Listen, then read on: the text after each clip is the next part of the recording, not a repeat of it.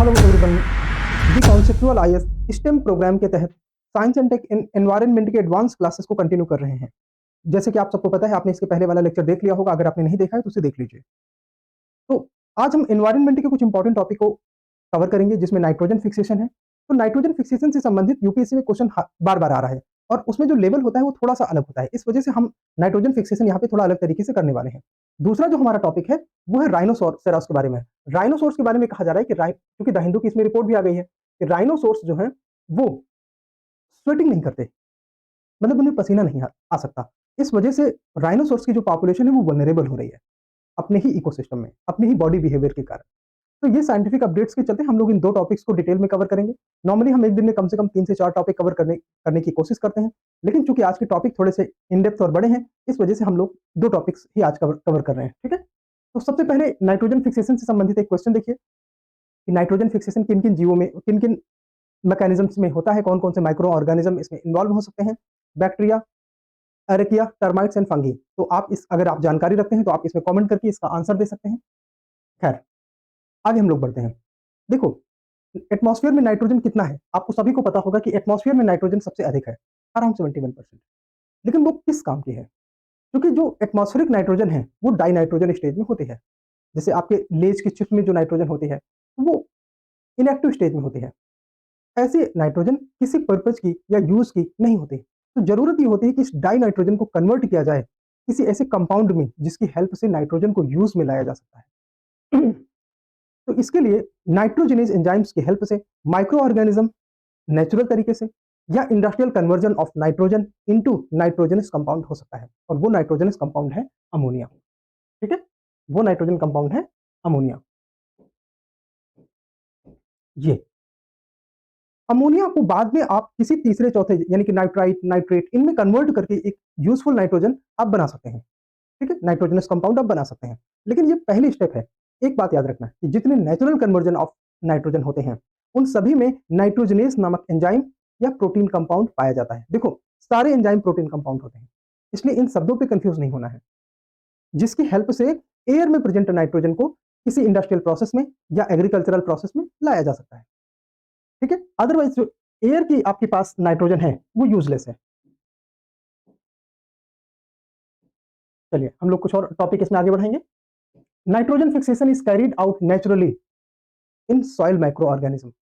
तो इन micro organism को डाइजोट्रॉप्स कहते हैं।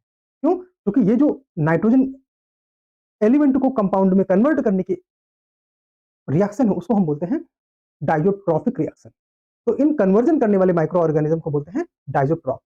डाइजोट्रॉप्स बैक्टीरिया भी हो सकते हैं, जैसे कि एजोटोबैक्टर, राइजोबियम हो सकते हैं, अरेकिया हो सकते हैं, फंगाई हो सकते हैं, टर्माइट्स हो सकते हैं। यानी कि ये सभी नाइट्रोजन कन्वर्जन में रोल प्ले करते हैं। ठीक है? Some nitrogen fixing bacteria have symbiotic relationship with plant group, specially legumes. यानी कि जो लेग्यूम्स मतलब पल्स वाली क्रॉप्स, ये जो पल्स वाली क्रॉप्स हैं, इनके साथ सिम्बायोटिक रिलेशन बनाते हैं कुछ nitrogen fixing bacteria. Nitrogen fixation occurs between some termites and fungi. अब आप इससे क्वेश्चन अपना सॉल्व कर सकते हैं। क्वेश्चन में यही सारे विकल्प थे ना। It occurs naturally in the air. जो नाइट्रोजन एयर में होती है उसको जो थंडर स्टॉर्म्स हैं, यानी कि जो लाइट की गर्जन होती है, उसके माध्यम से भी नाइट्रोजन का कन्वर्जन कंपाउंड में होता है। यानी कि एलिमेंटल नाइट्रोजन कंपाउंड्स में कन्वर्ट होती है। तो थंडर स्टॉर्म्स भी अपने आप में एक मैकेनिज्म है नाइट्रोजन फिक्सेशन का। All biological reaction involving the process of nitrogen fixation, यानी कि जितने भी बायोलॉजिकल रिएक्शन हैं, यानी कि नेचर में होने वाले जितने बायोलॉजिकल रिएक्शन हैं, वो नाइट्रोजन फिक्सिंग के लिए नाइट्रोजनेस एंजाइम का यूज करते हैं। एक शब्द पे ध्यान देना, यहाँ पे लिखा है सभी, ऑल बायोलॉजिकल रिएक्शन। तो इस शब्द पे ध्यान देना, ये अपने आप में इंपॉर्टेंट हो जाता है। ठीक है? दीज एंजाइम्स कंटेन, तो ये जो नाइट्रोजनेस एंजाइम है, ये किन किन चीजों से बना होता है? तो इसमें इंपॉर्टेंट है आयरन, मोलिब्डेनम एंड वेनेडियम। ठीक है? तो यही वजह है कि इन माइक्रोन्यूट्रिएंट्स को पल्सेस के समय खेतों में डाला जाता है। क्या? Iron, molybdenum and vanadium, so that कि नाइट्रोजनेस एंजाइम की जो अभिक्रिया है वो तेज हो सके।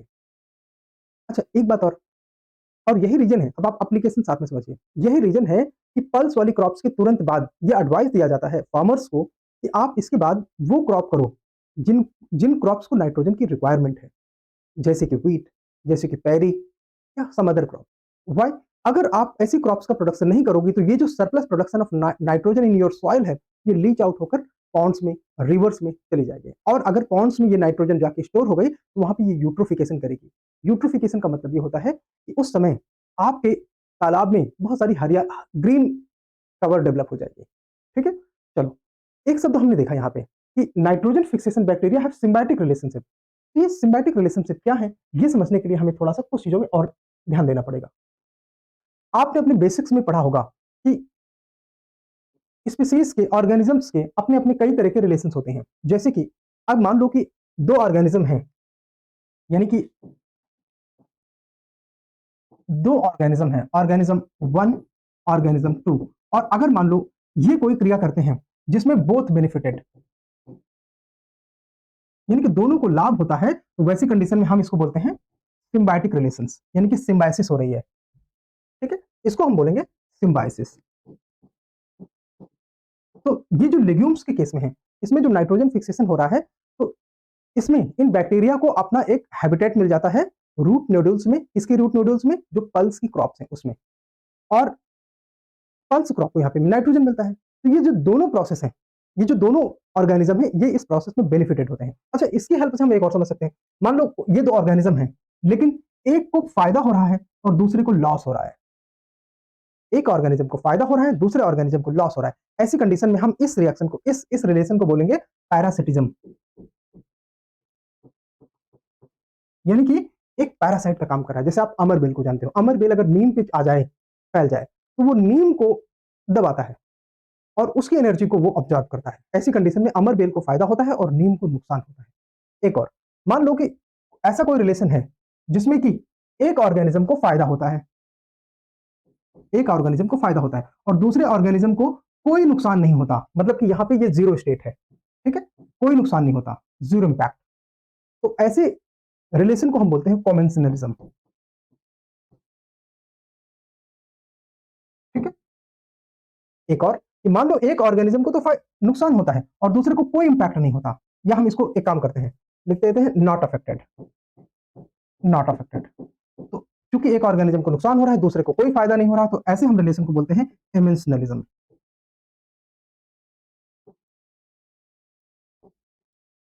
ठीक है, तो इस तरह के कुछ हमको नेचुरल रिएक्शंस के बारे में पता होना चाहिए।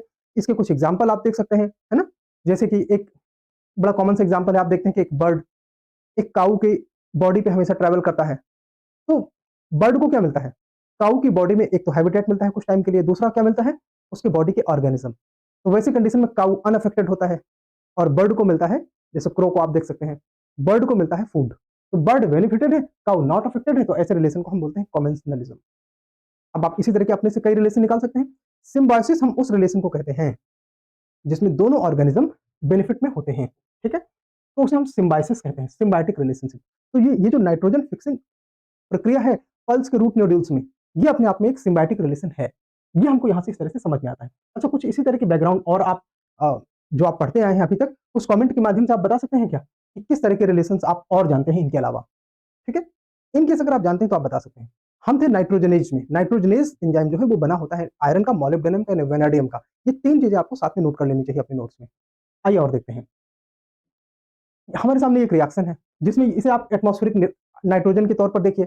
इसके अलावा इसमें 16 मॉलिक्यूल्स अप्लाई होते हैं एडेनोसिन ट्राइफॉस्फेट के, प्लस पानी के 16 मॉलिक्यूल यूज होंगे H2O के।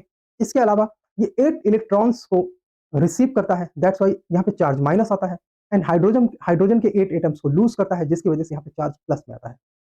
ठीक है, तो अब आप ये बता सकते हैं क्या कि नाइट्रोजन फिक्सिंग जो अभिक्रिया है, जो रिएक्शन है, वो किस तरह का रिएक्शन है, ऑक्सीडेशन या रिडक्शन। कमेंट, ये ऑक्सीडेशन रिडक्शन में बेसिक बता चुका हूं, तो आप कमेंट करके बताइए कि nitrogen fixing reaction is an oxidation reaction और रिडक्शन रिएक्शन। ठीक है, अच्छा, इस अभिक्रिया में आपने देख लिया कि यहाँ पे NH3 बनता है, ये नाइट्रोजन है, ये अमोनिया है। ठीक है, अच्छा, अमोनिया क्या होती है, कैसे पहचानेंगे कि अमोनिया कहाँ पे है। तो आपने जहाँ पे यूरिनल्स होते हैं ना, जहाँ आप लोग वॉशरूम करने जाते हैं, वो जो तीखड़ स्मेल आती है ना, वो अमोनिया की स्मेल है। अमोनिया यूरिन में बहुत कम अमाउंट में होता है, लेकिन उसकी स्मेल डोमिनेट करती है। ठीक है, तो चलिए इन्हीं के साथ हम और कुछ चीजें समझते हैं। Nitrogenase are rapidly degraded by oxygen. Important fact है कि जो नाइट्रोजनेज एंजाइम है, ये ऑक्सीजन की उपस्थिति में बहुत आसानी से डिग्रेड हो जाता है, खराब हो जाता है। और यही वजह है कि ज्यादातर नाइट्रोजन फिक्सिंग ऑर्गेनिज्म है वो एनॉर्बिक कंडीशन में होते हैं, अपने रिएक्शन करते हैं। यानी कि nitrogen fixation is dominated by anaerobic chemical reaction. Anaerobic मतलब एक ऐसा रिएक्शन जो ऑक्सीजन की एब्सेंस में हो रहा है। अब यहां फिर से आपको ध्यान देना चाहिए यहां पे लिखा है मैनी नॉट ऑल, यानी कि सभी नाइट्रोजन फिक्सिंग जो रिएक्शन है वो एनॉर्बिक नहीं होती, बट ज्यादातर एनॉर्बिक होते हैं, मैनी एंड नॉट ऑल। ठीक है, तो एनॉर्बिक रिएक्शन का मतलब ऑक्सीजन की एब्सेंस में, ऑक्सीजन के अभाव में नाइट्रोजन फिक्सेशन होता है ज्यादातर, नॉट ऑल। ठीक है,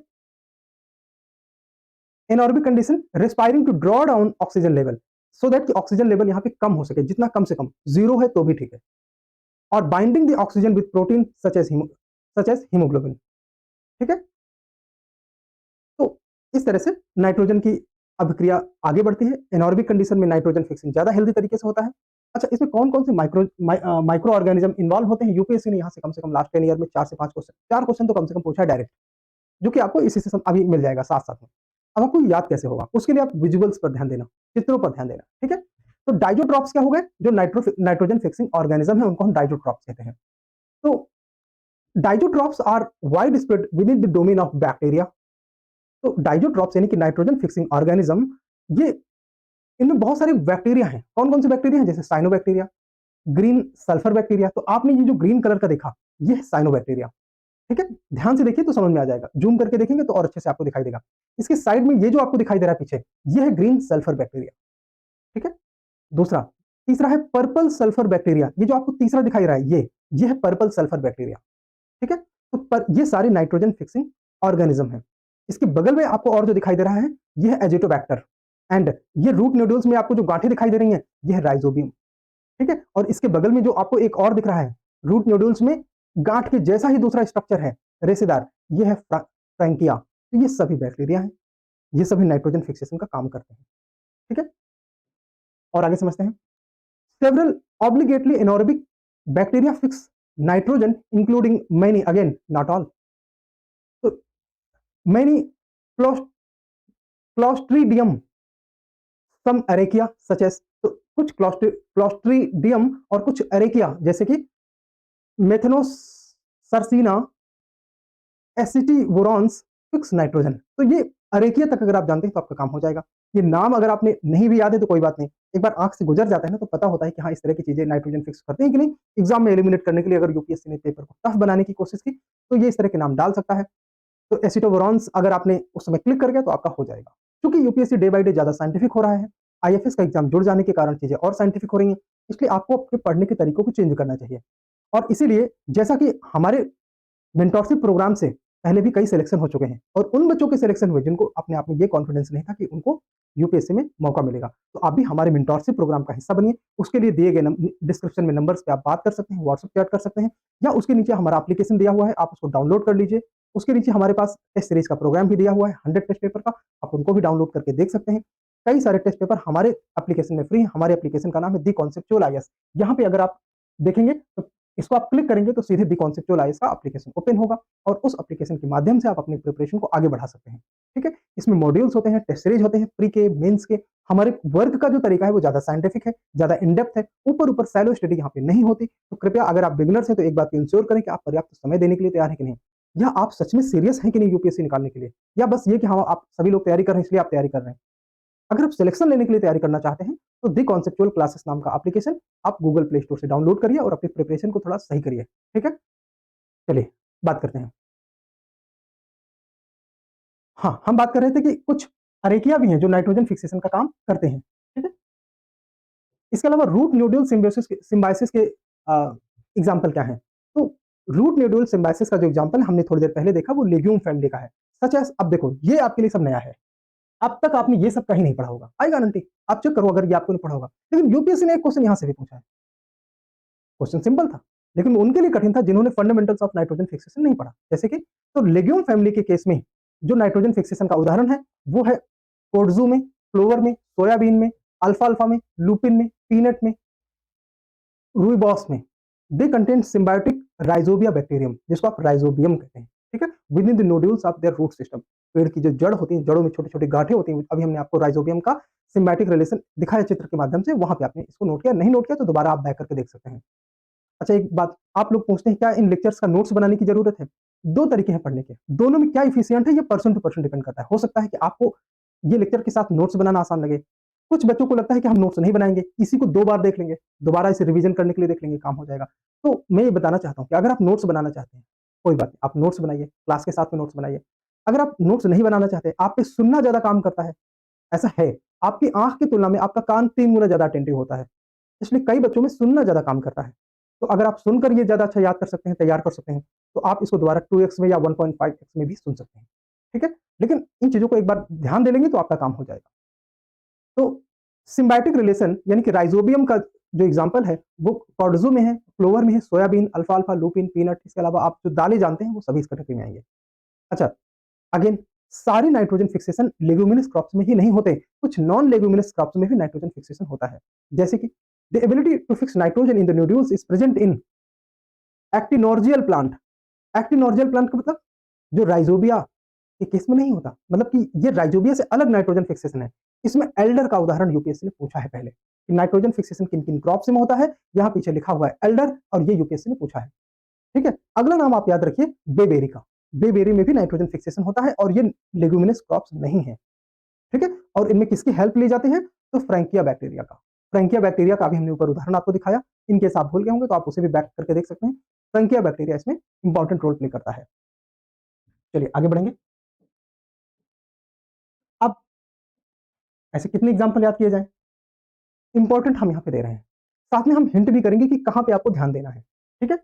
चलिए एक-एक कर देखेंगे, हमें पता चलेगा कि हमको कहाँ ध्यान देना है। देखिए, यहाँ पे फैमिली है और कुछ जेनस है जेनर है जहाँ पे कि वो नाइट्रोजन फिक्सेशन करने वाले ऑर्गेनिज़्म का ज़िक्र है, उसके बगल में कुछ स्पीशीज़ है, ठीक है? तो जो इम्पोर्टेंट है, वो साथ में ब्लैक कलर से लिखे गए हैं। जैसे कि एल्डर को आप याद रखिए कि एल्डर नाइट्रोजन फिक्सेशन करता है। दूसरा सिल्वर बेरीज़, सी बकथॉर्न। अब सी बकथॉर्न का एग्ज़ाम्पल हमने लास्ट स्टेम क्लास में दिखाया आपको।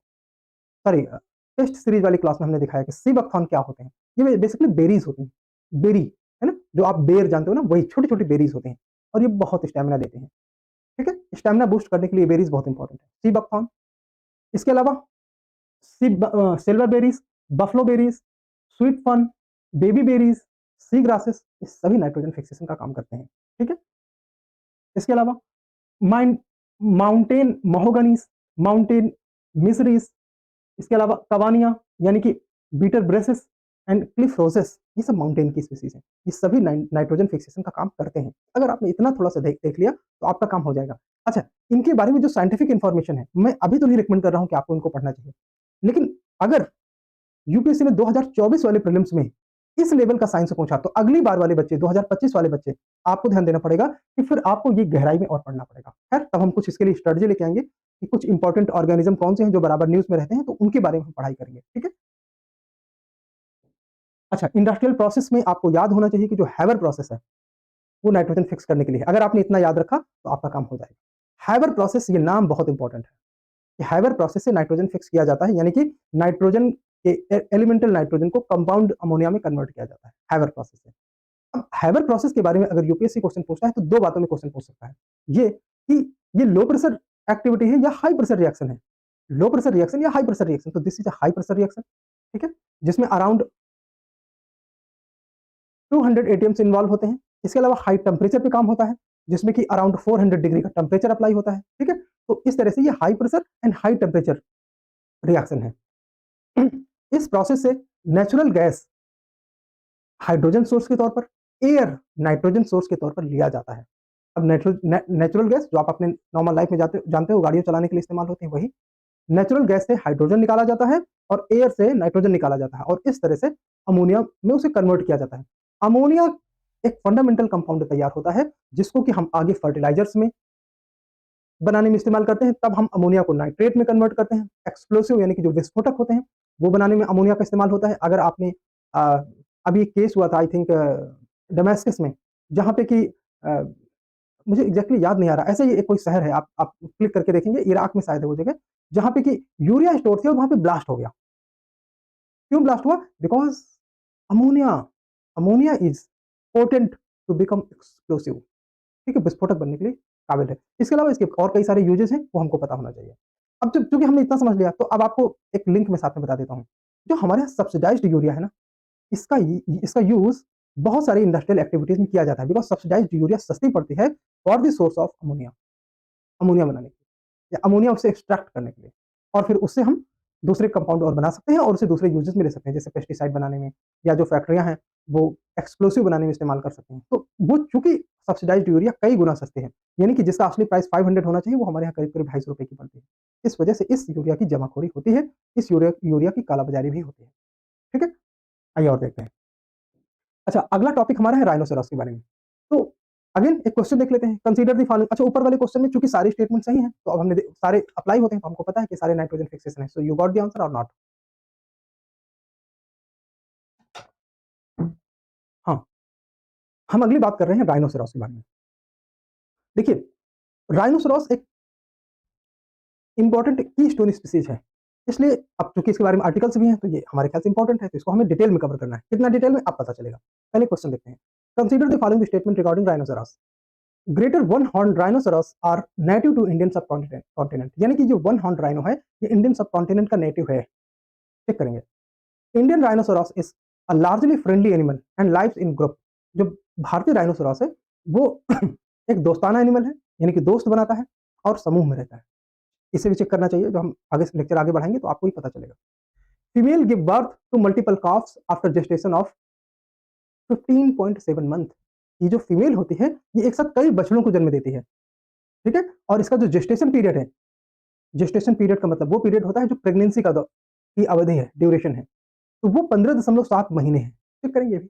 Greater one horn rhinos are listed as endangered on IUCN red list. सब कुछ एक एक हमें पता चलेगा। अब हमें लेक्चर ध्यान से देखना पड़ेगा। अच्छा, हम हर बार आपको एक एक लाइन का उत्तर क्यों नहीं बताते कि डिटेल में एक्सप्लेन कर दें? वो हम टेस्ट डिस्कशन में करते हैं, यहाँ नहीं करते। लेकिन ऐसा हम यहाँ पे आंसर इसलिए एक्सप्लेन करते सो दैट कि आप इसे ध्यान से सुन के कमेंट करके आंसर बताइए, ताकि मुझे पता चले आपको ये क्लास समझ आई कि नहीं। अगर आपको ये क्लास समझ आई दैट इज वेरी गुड, अगर आपको ये क्लास नहीं समझ में आई तो फिर आपको हमसे बात करने की जरूरत है। डिस्क्रिप्शन में दिए हुए नंबर के माध्यम से आप हमसे व्हाट्सएप में या डायरेक्ट कम्युनिकेट कर सकते हैं। ठीक है, आइए देखते हैं। अच्छा, जो हमारे आर्टिकल की समरी है वो ये है कि rhinos can not sweat. Rhinos sweating नहीं कर सकते, पसीना नहीं बहा सकते, उनके अंदर स्वेट ग्लैंड्स नहीं है। तो they want to cool their large bodies, वो अपनी बॉडी को ठंडा करने के लिए और अपनी जो बॉडी का हीट है उसको कम करने के लिए उनको बहुत बड़े पैमाने पे पानी कंज्यूम करना पड़ता है। अब चूंकि आपको पता है ग्लोबल वार्मिंग हो रहा है, क्लाइमेट चेंज हो रहा है, पानी की अवेलेबिलिटी घट रही है, और ग्लोबल वार्मिंग करने की वजह से जो स्पीसीज का बॉडी टेम्परेचर वो भी बढ़ रहा है। तो ऐसी कंडीशन में स्वेटिंग ना करना इनके लिए एक वल्नरेबिलिटी पैदा कर रही है। ये हमारे आर्टिकल का क्रक्स है, आर्टिकल अभी मिल जाएगा। जरा हम इंडियन राइनोस के बारे में थोड़ा डिटेल में पहले समझ लेते हैं, बैकग्राउंड, फिर आर्टिकल की चीजें और आगे आएंगी, वो इसी में बुनी हुई हैं। आपको अलग से उसके लिए कुछ नहीं समझना, इसी में सारे कॉन्सेप्ट इन्वॉल्व हैं। जो एडिशनल कॉन्सेप्ट है वो भी आपके लिए इसमें लाए गए हैं, जिसके लिए विकीपीडिया के साथ साथ ब्रिटानिका चैनल का इस्तेमाल किया गया है, एंड इसके अलावा एनसीईआरटी के भी कुछ डेटा लिए गए हैं। ठीक है, चलिए इंडियन राइनोसोरस के बारे में हम लोग पढ़ते हैं। इंडियन राइनोसोरस को ग्रेटर वन हॉर्न राइनोसोरस भी कहते हैं। अब ये वन हॉर्न क्यों? जो इसका थूथन है ना, ये थूथन, इससे इसकी एक सींग निकली होती है, तो इसे वन हॉर्न कहते हैं। जो इंडोनेशियन या जावन राइनोस हैं उनके टू हॉर्न्स होते हैं, एक नहीं टू, और कई ऐसे राइनो होते हैं जिनके हॉर्न्स नहीं होते। तो जो हमारे देश का राइनो है वो वन हॉर्न राइनो है। ठीक है, इसको इंडियन राइनोसोरस भी कहते हैं, ग्रेट इंडियन राइनोसोरस भी कहते हैं, ग्रेटर वन हॉर्न राइनोसोरस भी कहते हैं, और ये नेटिव टू इंडियन सबकॉन्टिनेंट है। व्हेन वी से Indian subcontinent that include Bangladesh, Myanmar, Bharat, Pakistan, ये सभी। ठीक है, it is the second largest extent species of rhinoceros with adult mail. तो ये राइनोसोरस का सबसे बड़े में से दूसरा सबसे बड़ा स्पीसीज है, जिसका वेट अराउंड 2.2 टन होता है मेल में, और फीमेल में 1.6 टन होता है। तो आपको यहाँ पे ये भी पता होना चाहिए कि male is larger than female. ठीक, दे हैव सिंगल हॉर्न्स, इनके एक सींग होते हैं। स्नाउट मतलब थुथुन, उनके स्नाउट पर एक सींग होते हैं, and that grows to maximum 57.2 centimetre, यानी कि करीब करीब 22.5 इंच तक का बड़ा हो सकता है। तो आपको ये जनरल आइडिया रहना चाहिए। Their upper legs and shoulders are covered with wart like bumps. कैसे समझेंगे वाट लाइक बम्स क्या होता है? जैसे कि आपने गौतम बुद्ध की इमेजेस देखी होंगी तो उनके सर पे छोटे छोटे बॉल्स जैसे आपको स्ट्रक्चर दिखाई देते हैं, वही है वाट लाइक बम्स। ऐसा इनकी बॉडी में भी होता है। ठीक है, जैसे छोटे छोटे सेल्स लगे हों पूरी बॉडी में, उसकी वजह से स्वेटिंग नहीं कर पाते। अब आपको नोट करना पड़ेगा कि ये इनकी बॉडी में क्यों स्वेटिंग नहीं होती। तो because of wart like bumps, इस शब्द को ध्यान से देखिए, wart like bumps wart like bumps के कारण ये स्वेटिंग नहीं कर पाते, बिकॉज वार्ट लाइक बम्स के प्रेजेंस के कारण इनकी बॉडी हेयरलेस होती है। स्वेटिंग के लिए तो हेयर चाहिए, ठीक है। Aside from eyelashes, ear fringes and tail brushes, तो इनकी बॉडी नॉर्मली हेयरलेस होती है, बाकी इनके आई लैसेस होते हैं, ईयर फ्रिंजेस होते हैं एंड टेल ब्रश होते हैं। इतनी चीजें इनकी बॉडी में होता है, लेकिन ओवरऑल बॉडी जो इनकी वो जनरली हेयरलेस है, और यही वजह है कि स्वेटिंग ना के बराबर करते हैं। Indian rhinoceros is a largely solitary animal. अब इस पे ध्यान दो, सॉलिटरी एनिमल का मतलब ये जानवर अकेला रहना पसंद करता है, और ये तभी एसोसिएट करता है किसी दूसरे राइनोसेरॉस से, खासतौर से मेल राइनोसेरॉस फीमेल से या फीमेल राइनोसेरॉस मेल से तभी एसोसिएट करते हैं जब ब्रीडिंग सीजन होता है, जब इनकी सेक्सुअल मीटिंग होती है उस समय केवल, ठीक है। और इसके अलावा ये अपने बछड़ों से तब एसोसिएट करते हैं जब उनका रियरिंग पीरियड होता है। एक बार उनका रियरिंग पीरियड खत्म तो वो भी आइसोलेट होने हो जाते हैं, यानी कि ये स्पीसीज अकेला रहना पसंद करता है, ग्रुप में रहना पसंद नहीं करता, ठीक है। दे आर ग्रेजर्स, मतलब ये चारा खाते हैं, and their diet is mainly grass. इनका जो मेन फूड है वो है ग्रास, बट ये but they may also include twigs, leaves, branches, shrubs, flower, fruits. Twig का मतलब क्या होता है, जो पत्तों के गुच्छे होते हैं उनको ट्विग बोलते हैं, ऊपर जो मुलायम पत्ते होते हैं ना उनके गुच्छे को ट्विग बोलते हैं। तो ट्विग पत्ते, ब्रांचेस पतली जो मुलायम ब्रांचेस होती हैं वो, श्रब्स झाड़ी, फ्लावर फूल, फल एंड एक्वाटिक प्लांट जलीय पौधों को ये कंज्यूम करते हैं। इतनी चीज आपको क्यों पता होनी चाहिए, बिकॉज तब आपका आंसर बनता है, तो दे आर वेजिटेरियन, है ना। Female give birth to single calf. अब इस पे ध्यान दो कि फीमेल एक टाइम में एक बछड़ी को जन्म देती है। तो हमारी स्टेटमेंट में एक और स्टेटमेंट गलत हुआ, जो फ्रेंडली एनिमल वाला स्टेटमेंट है वो गलत हुआ। फीमेल गिव मल्टीपल बर्थ या मल्टीपल काफ्स, तो वो बात गलत हो गई, क्योंकि वो एक टाइम में सिंगल काफ को जन्म देती है। और ये वाला फैक्ट सही था कि उसका जो जेस्टेशन पीरियड है 14.7 मंथ है। अब आप बोलोगे ये कौन सा मेडिकल है कि मैं आपको जेस्टेशन पीरियड पढ़ा रहा हूँ। अरे 2022 में जो उसने एलिफेंट पे क्वेश्चन पूछा था उसका जेस्टेशन पीरियड ही तो पूछा था। तो हम इंपॉर्टेंट स्पीसीज जो हमें ठीक लगता है उसका जेस्टेशन पीरियड जानने की जरूरत हमको है। वैसे भी इसमें आईएफएस की पोस्ट इन्वॉल्व है, तो wild animal flora and fauna के बारे में थोड़ा डिटेल से आपकी जानकारी होनी चाहिए, ऐसे ऊपर ऊपर पढ़ के काम नहीं चलता बच्चों, ठीक है। अच्छा, तो बर्थ के बीच में जो इंटरवल होता है, नॉर्मली ह्यूमन के केस में कहा जाता है ना कि कम से कम 3 साल, दो बच्चों के बीच में 3 साल का अंतर रखो। वो अंतर इनके बीच में 34 महीने से 51 मंथ का होता है, यानी कि करीब 3 साल से 4 साल के आसपास इनका वो गैप होता है। इसके बीच में फीमेल कोई बर्थ नहीं दे सकती। चलो, captive individual can live up to 47 year, यानी कि जो पूरी सुरक्षा में राइनोसॉर्स रहते हैं वो लगभग 47 साल तक जीवित रह सकते हैं। तो इनका लाइफ स्पैन है वो 47 ईयर्स के आसपास है, ठीक है। They are susceptible to disease, ये कई तरह की बीमारियों से संक्रमित हो सकते हैं, जैसे एंथ्रैक्स। अब एंथ्रैक्स के बारे में डिटेल से पता होना चाहिए, यूपीएससी ने एंथ्रैक्स पे 2 बार क्वेश्चन पूछा है, ठीक है। एंथ्रैक्स पशुओं को होने वाली बीमारी है। इसके अलावा they are susceptible to disease such as anthrax and those caused by parasites, और जो पैरासाइट्स होते हैं इनकी बॉडी में उससे, जैसे कि लीची, टिक्स एंड नेमेटोड्स। तो ये स्पीसीज भी इनको अफेक्ट करते हैं। छोटे छोटे जो आप जू पिस्सू टाइप के जीव जानते हैं ना, कि वही टिक जू होता है। It is listed as vulnerable, तो हमारा एक और स्टेटमेंट चौथा गलत हुआ जिसमें इसको एंडेंजर्ड बताया गया था आईयूसीएन की लिस्ट में। ये वल्नरेबल है ना कि एंडेंजर्ड। ऐसी चीजों को एग्जाम के पहले एक बार फिर से अपडेट कर लेना चाहिए। अप टू दिस मंथ, मतलब मार्च तक ये वल्नरेबल लिस्टेड है। जब तक कोई नया अपडेट नहीं आता आप वल्नरेबल मान के चलेंगे। 2025 के लिए मैं फिर से बता दूं कि अगर आप 2025 की तैयारी करते हो तो हमें अगले साल इसी पीरियड में ऐसे स्पीसीज के बारे में अपना अपडेट देखना पड़ेगा कि क्या किसी का कोई स्टेटस चेंज तो नहीं हुआ। एक बात मैं बता दूं, नॉर्मली 4-5 साल में एक बार ही ये चेंज होता है। तो अगर ये अभी वल्नरेबल है तो देयर इज लेस लाइकली कि इन बिटवीन अभी इसमें कोई चेंज होने वाला है, बट हो सकता है वो 4-5 साल आपका 2024 में ही आ जाए, तो बदल भी सकता है ना। चलिए, न्यूज क्या थी, rhinos can not sweat making them vulnerable to overheating. अब आप ये साइन पहचानते होंगे तो आपको पता है ये द हिंदू प्रीमियम को शो करता है। न्यूज कब की है, March 11। यानी कि 11 मार्च को ये न्यूज आई थी जिसमें राइनोसोरस के बारे में है, और ये वजह है सूखा, पानी का अभाव, राइनो स्वेट कर नहीं सकते, पेड़ सूख रहे हैं, इंसोलेशन बढ़ रहा है, क्लाइमेट चेंज बढ़ रहा है, ग्लोबल वार्मिंग बढ़ रही है, जिसके कारण राइनो वल्नरेबल हो रहा है, ठीक है। इसका जो अगर हम डिस्ट्रीब्यूशन एंड हैबिटेट की कंडीशन चेक करना चाहते हैं तो ये जितना ब्रह्मपुत्र रिवर वैली है इसमें इसकी पॉपुलेशन बड़े पैमाने में पाई जाती है, राइनो वेयरिंग एरियाज, है ना। ये मैप आप देख लीजिए एक बार, इसमें कुछ लोकेशन का इस तरह समझ लीजिए। ये बारपेटा रोड है, कोकराझार है, नौगांव है, तेजपुर है, दीफू है, जोरहाट है, सिलचर है, ये असम में डिब्रूगढ़ है, ये सारी जो लोकेशन है यहाँ पे पाए जाते हैं। साथ में आपको क्या ज्यादा ध्यान देना चाहिए, जैसे मानस नेशनल पार्क है, ठीक है, ओरंग नेशनल पार्क है, कोबीतोरा वाइल्ड लाइफ सेंचुरी है, काजीरंगा वाइल्ड लाइफ सेंचुरी है। तो ये जो, और ये पिंक कलर आपको दिखाई देता है, ये राइनो बियरिंग पॉपुलेशन के बारे में बात कर रहा है। तो इसमें जो काजीरंगा नेशनल पार्क है, इसमें सबसे ज्यादा राइनो पॉपुलेशन है। ठीक है, तो अच्छा, डेंसिटी के मामले में जब हम बात करते हैं तो ओरंग नेशनल पार्क में डेंसिटी सबसे ज्यादा है, बट पॉपुलेशन सबसे ज्यादा कहाँ पे है, तो काजीरंगा नेशनल पार्क में है।